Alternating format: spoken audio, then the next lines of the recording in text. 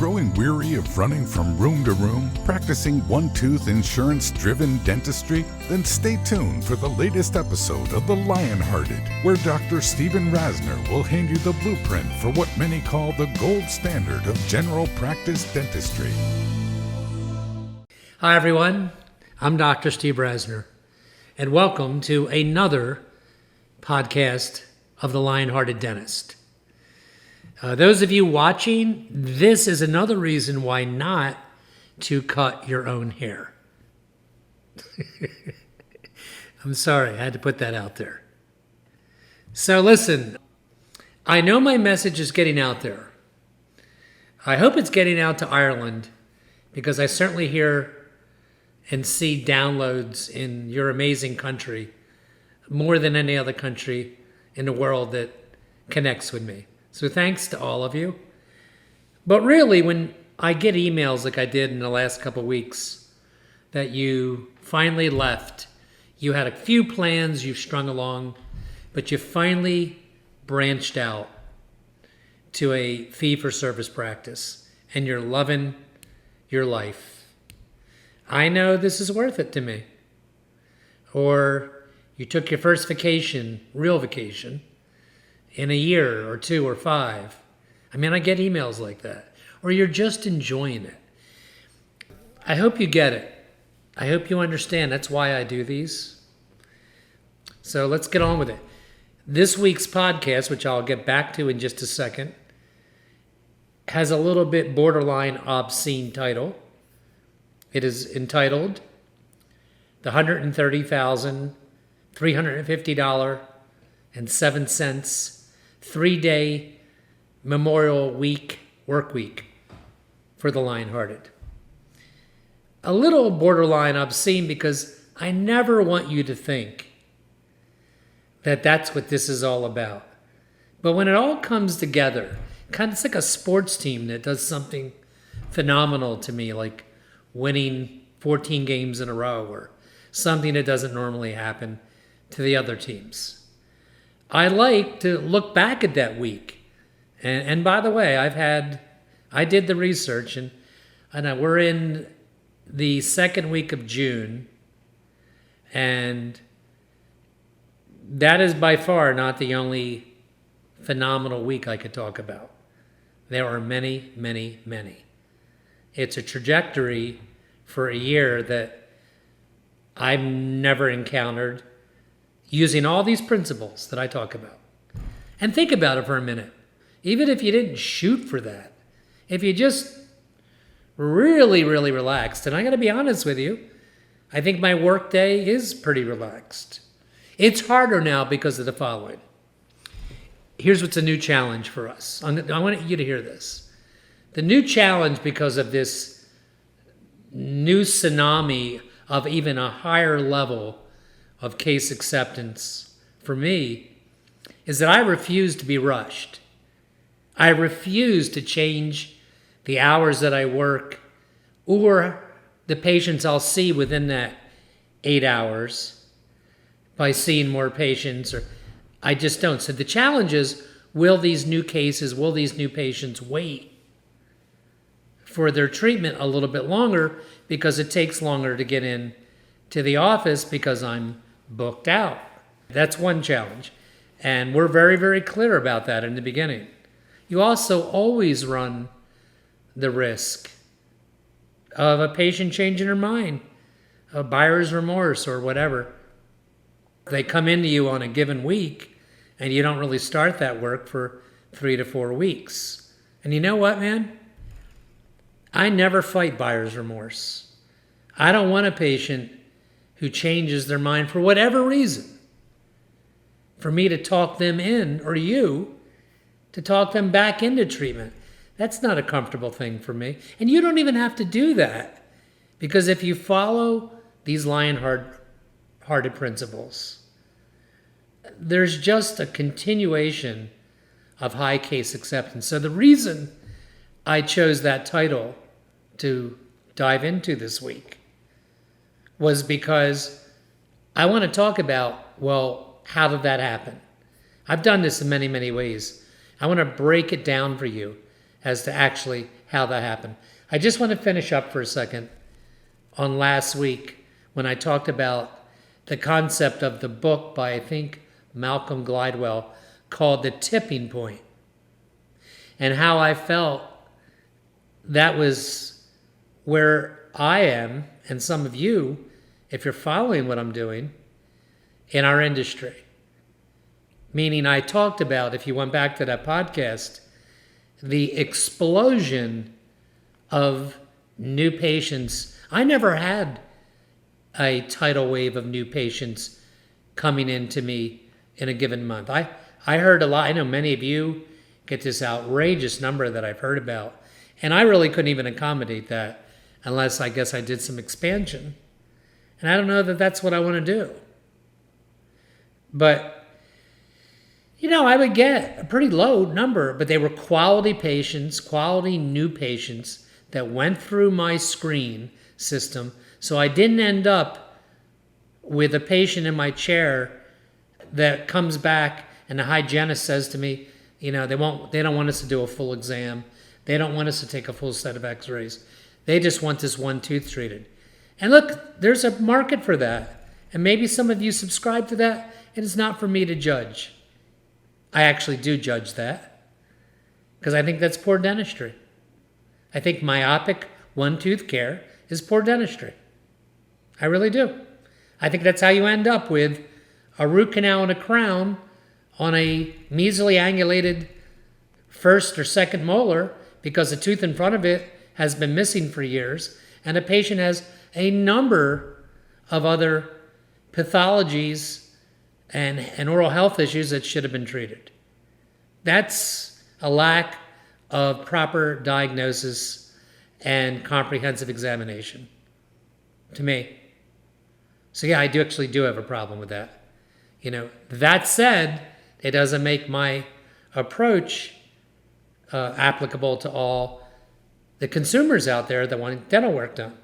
And neither will it for you. And you may feel scared of that because, oh my God, I'm going to scare people away. Do you remember where I practice? I'm not in any major United States city. I'm not even close. I'm an hour from any major city.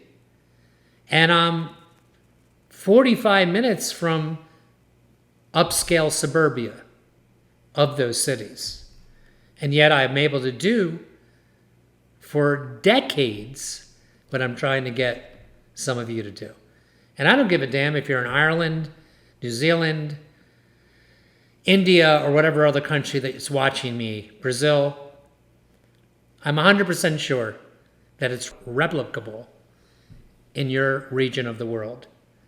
Why else would I be telling you this? Why? Because I want you to understand that we still have a very, very rewarding profession that you and I chose. I'm on the downside of my career. I guess you could say that, but I don't even look at it that way. I don't. I don't look at it like I've been practicing 40 years and I only have 5 more to go, or I don't even think that way. I'm going to practice as long as I enjoy it. And if that is 80, I won't do it at this rate. I find myself different than I was 10 years ago. Like I said, I don't want to be rushed. I actually take more time. It'll shock you. It would be laughable to you. I take an hour and a half to do an anterior endo. It's all the endo I do, by the way. And I send the molars out. I'll send a calcified canal out.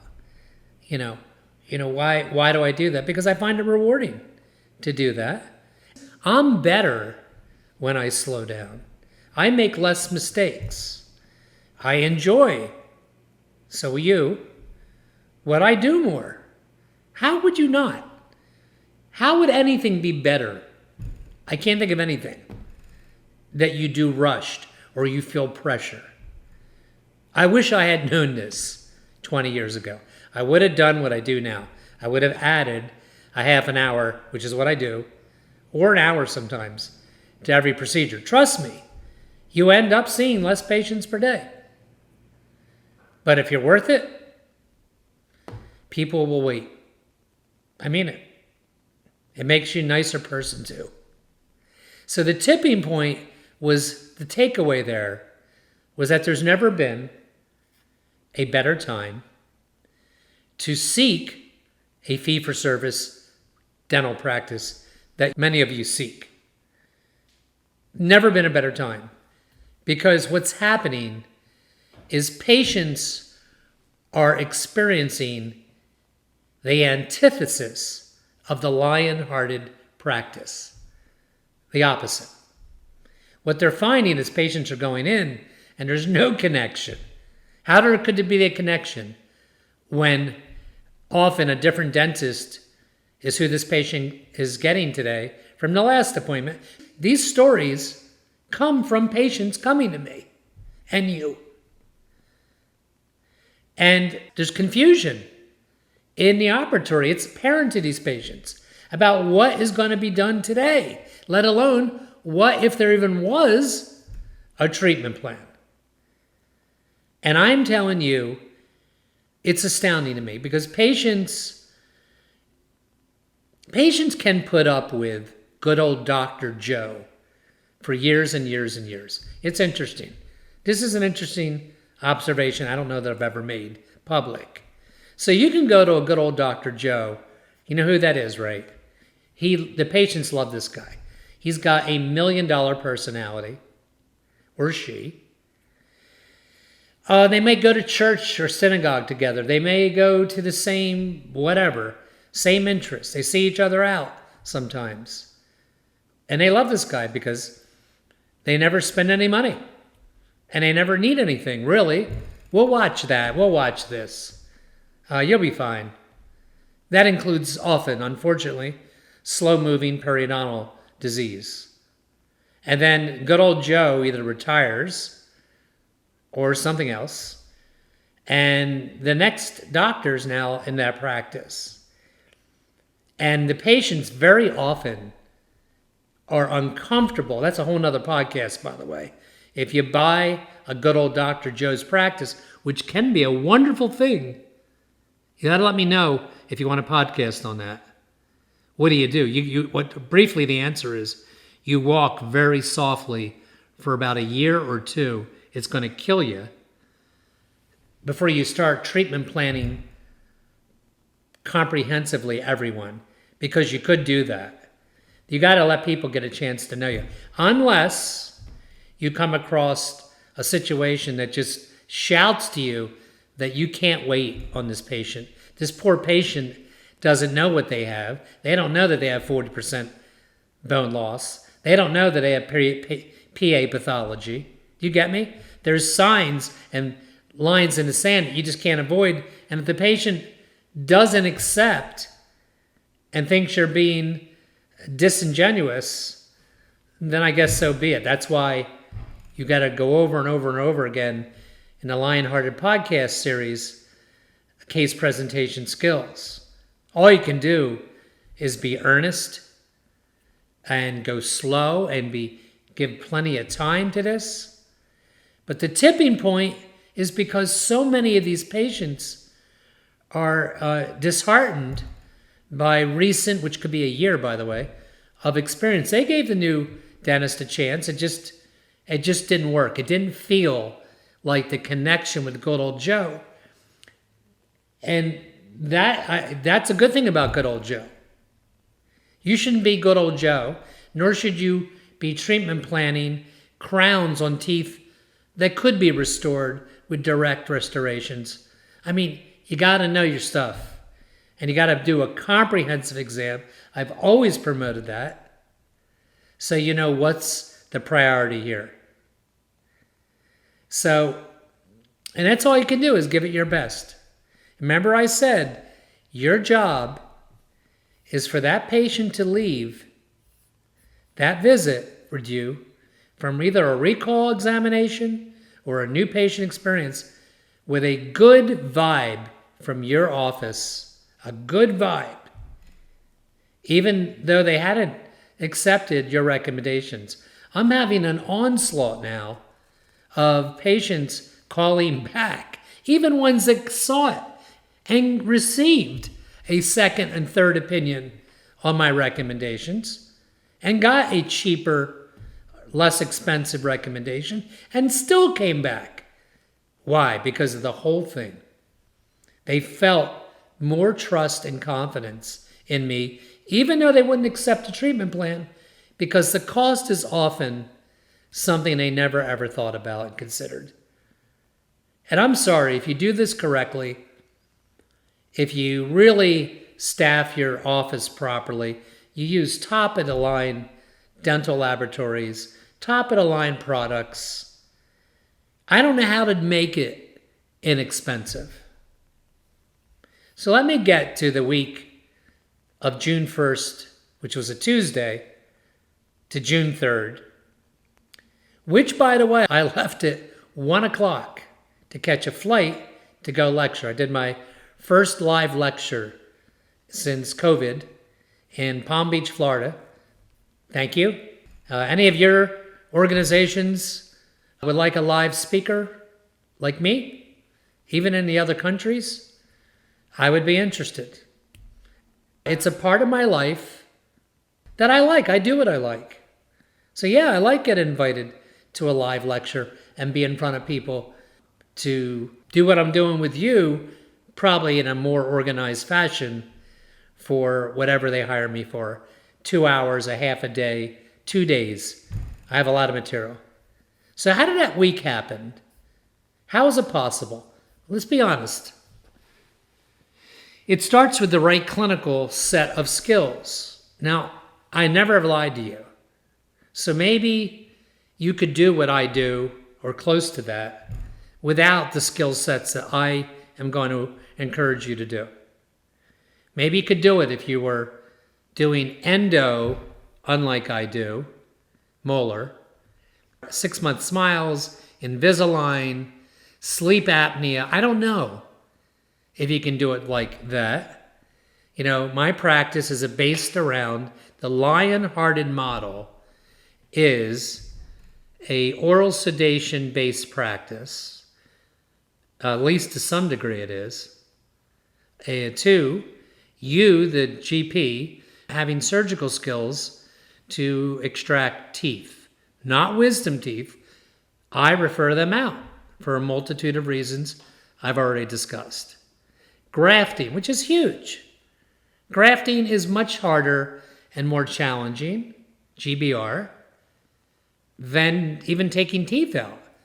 By a long shot it is. What materials to use when? What socket seal to put on top? You know, managing the patient. Like you can do, in my opinion, effective GBR skills, guided bone regeneration, if the patient's not sedated to some degree, a serious degree. It compromises your skill set. If they're moving around, if you think you're hurting them. Same with any of your skills, by the way. I mean, how precise are your preparations, even in crown and bridge? If you have a patient that just won't sit still because they're too awake and too alert. Gosh, I think it's the most overlooked, underrated skill in all the skills that a dentist could own. An oral sedation permit, oh my God, it just changes everything. It clearly makes your work better. So I've always advocated surgical ability to remove teeth, graft bone, and some level of implant placement. I mean, I trained in implants 25 years ago for the simple reason that I came to the conclusion that there was no acceptable lower denture prostheses. I don't care whose course you took, and I took them all. I literally took a half a dozen courses on the best lower denture fabrication you could make, and of course upper dentures. And I just felt that it was an obscure, past its time modality of replacing lower teeth. That's the main reason I took implant training. I didn't know I would get into replacement of teeth in the aesthetic zone, which is a whole other set of skills. I didn't know I would get into the amount of bone augmentation skills that you need. And you don't need to know all that, by the way. You could confine your skill set to those premolars or laterals, which are normally very easy to address if you get them out atraumatically and replace just that. It's so rewarding. I can still remember what it felt like the first time I placed an implant. I can. And I know many of you can relate to that. I can't remember the first time what it felt like when I prepped a tooth. Not at all. So, I know we're all not in the same mindset. Some of you just have no interest in surgical dentistry, no more than I have zero interest, for the most part, in orthodontics. I know how to extrude teeth, and I think that is a good skill for your orthodontist to teach you. So, first, a great clinical skill set. That week I had, and those weeks I've had this year, would never, ever happen if I was on the highest level of my game ever, but my team wasn't. It just never would happen. It's unacceptable. You can't do what I am alluding to if your team isn't a superb professional championship team. That they meet the patients and greet them on time. They're brought back to the operatories. Their phone etiquette is immaculate. That's how these weeks happened.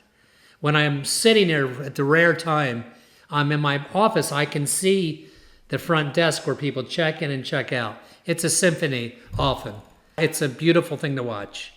They're engaged. They're happy.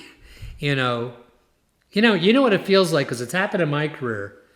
When you hear something you don't want to be hearing at the front desk, you almost wish you had a separate room or closet to put that person in who's complaining about whatever they're doing.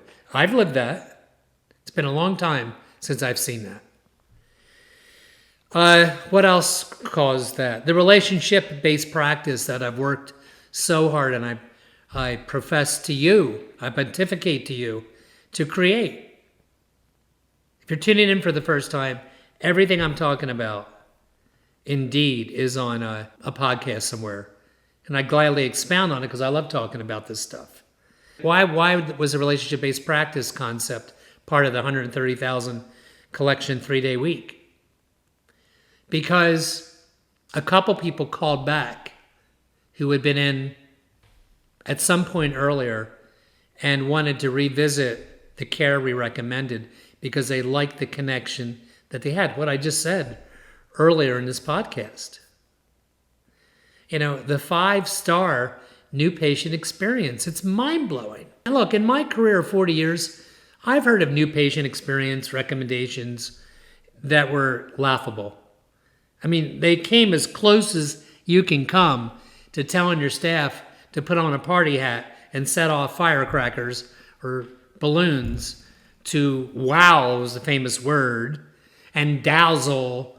No, we don't wow and dazzle, except if being competent, representing with etiquette, old-fashioned hospitality, being on time, knowing facts about patients that they want us to know, bending rules, doing what we can, making people feel like individuals. Yeah, if that wows and dazzles them, great. But we're not baking cakes and putting whatever to cover up ineptness. That's not happening. A giant practice nucleus, because you never know when someone's going to spin off that nucleus, and that's the week they decide to come in. You thought you lost them, or you didn't even know you lost them. You say, when was that patient last in? They say 2017. I mean, this happens to me. And it's mind-boggling that I didn't remember that. I mean, large cases. Great branding.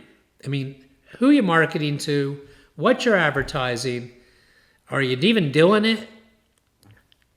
And certainly embracing getting paid up front, which again, I've talked about endlessly here for the number one reason of a patient committing to what they're signing up for. If they half commit, what good does that do anyone? They fall out of treatment, you're the villain. Not them, you're the villain. I paid you all this money. They didn't pay even a third of what they were supposed to pay because you didn't get paid up front. They disappear with a temporary crown on a first premolar or molar for 18 months, 2 years, and they come in because it's off. And now we have all kinds of other pathology on that abutment tooth because they never finished it in a timely manner. Am I lying to you or am I on? So the takeaway this week is that week happened in these extraordinary weeks. The extraordinary weeks I think are happening as part of the tipping point I keep alluding to.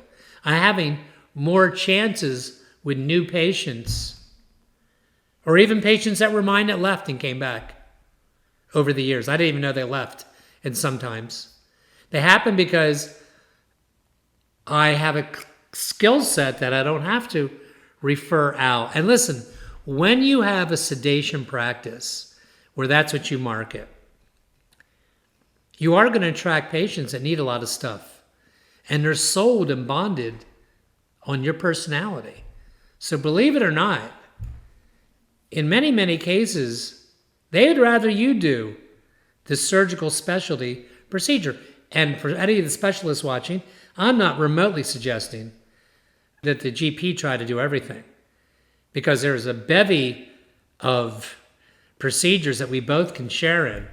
The only caveat in networking, which you should do, my fellow GPs, is you really have to have a clear relationship that's understood. Even if you don't have a social relationship with your periodontist or your oral surgeon or your endodontist, even if you never have met them other than through the phone and meeting them face to face in your offices a couple times, they got to know that you represent a comprehensive care approach and that you're a different breed because you understand the whole case and where you want this case to go and end up.